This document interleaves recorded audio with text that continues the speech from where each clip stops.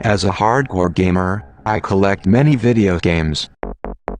As time has gone on, video games have expanded their visual and gameplay horizons, but sadly, they don't often explore ideas. Now comes Republique Remastered, a repackaging of the 5-episode series released on iOS and Android. So, is it worth it?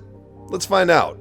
Game design, much like other artistic crafts, is continuously evolving, with mechanics and systems regularly abandoned to the latest, most accessible approach. Pre-rendered backgrounds and tank controls might be faux pas today, but were the fundamentals of survival horror and stealth games 20 years ago. But through this process, creators haven't simply enhanced prior efforts, they've lost tools with the potential to portray experiences and express moods not seen in other genres. Republique is keenly aware of the advancements made in gameplay since the PlayStation 1 generation. In fact, it embraces them by carefully constructing a world to rationalize its unusual methods. Players take the role of an unseen hacker, but the true protagonist is Hope, a young girl trapped inside a strange facility dominated by fascist ideology. Stealing a cell phone from one of her captors, Hope contacts you to aid her in an escape attempt, but the timing couldn't be worse, as security has been greatly enhanced on the eve of the arrival, a significant though undescribed event that is seen as the accumulation of the regime's efforts. Dissension has all but been snuffed out in the highly monitored hallways of Metamorphosis, with Zager, the last known rebel and propaganda distributor, recently shot dead. Now it's up to you to help guide Hope to freedom, before her very personality is erased and replaced. What makes Republique so unique is the cohesion between gameplay and story. To describe one independently would be a disservice to the intended experience. Republique feels far more voyeuristic and in many ways realistic when compared to other titles. You're essentially playing as an enabling witness, teleporting from surveillance cameras and activating doors to help Hope navigate through the unfamiliar locations and avoiding capture from the dozens of patrolling guards. Hope is controlled with the left analog stick, while the camera is adjusted with the right stick. It's certainly an interesting throwback to a bygone age of fixed perspectives and limited information. Though that's not to say there aren't meaningful changes to help modernize the formula. A tap of the R1 button stops time, allowing players to observe their options, recognize potential dangers, and strategize their next move. When changing cameras, Hope is often left at the center, with a pink silhouette displayed if she's behind cover. To prevent being detained, Hope can fight back with found items such as pepper spray and tasers. Hacking abilities such as opening or locking doors and creating distractions require battery power from Hope's cell phone, which can be recharged in containment rooms. Upgrades including seeing guards through walls, predicting routes, and siphoning electronics for more power can be purchased by selling information. More on that later. The concept itself is sound, but carries with it many of the issues of its influencers. Namely, it's often difficult to control Hope due to frequent changes in viewpoint and alternating controls. This becomes exacerbated when the game automatically switches to a different camera once Hope passes into a new location. I regularly found myself accidentally sending her back instead of forward, returning to another forced perspective change. This brief disorientation wouldn't be such a problem if it weren't for Republique's lengthy load times. Considering this is a core design of a 6-hour experience, these constant interruptions deeply hurt the overall gameplay. The combination of Hope's sometimes sticky but always delayed movement might be too frustrating for some. Thankfully, Republique's fascinating expose on a megalomaniac dictator on the rise helps overcome many of the game's shortcomings. Hope herself doesn't have much of a personality. As a prequel, her memories have been repeatedly erased, but her search for a character of her own is compelling. Her surroundings have been specifically designed to the desires and preferences of the headmaster, an unabashed Puritan and defender of a powerful caste system. Throughout Republique, Hope will discover a number of banned books, accompanied by the headmaster's commentary. Hearing the pretentious voice dissect and dismiss some of the greatest novels of all time is a real treat, and also gives insight towards his views of sex, vulgarity, individualism, and rebellion. Other figures of authority, such as a tabloid journalist and the caretaker of the children, help add to the murky morality that built Metamorphosis. These details are littered in every room through scannable emails, voice recordings, objects, and posters, with the friendly computerized voice and emoticons of Cooper, a fellow rebel, to help explain their significance. Each of these can be sold to acquire upgrades to your Omni hacking system. Reading the identifications, criminal records, and personality disorders of the surrounding guards reinforces their humanity and the corruption of the institution they protect. The story rewards the gameplay, and the gameplay unfolds the story. It's almost a very clever cycle. Though hearing the incredible acting of Jennifer Hale and David Hayter is always enjoyable,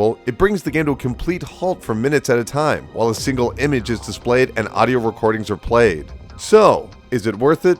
No. Republique's narrative and gameplay are two truly interesting ideas that rely on one another but sadly feel at odds with each other. The game's nostalgic take on the stealth genre is exciting and in many ways successful, but Hope's stiff and alternating controls as well as the problematic load times leave these sequences unpolished. The story, while always thoughtfully written and performed, lacks presentation. often saving its more cinematic moments for emotional high points. Actually, there might be too much story here, too many ideas to express without interrupting the interactive portions. To skip past them would be unfair, but so is sitting through dozens of audio recordings to complete a stage. Republique is so close to accomplishing all of its ambitious goals. Its problems are few, but they occur with such regularity that its appeal is limited to only the most patient and forgiving of players.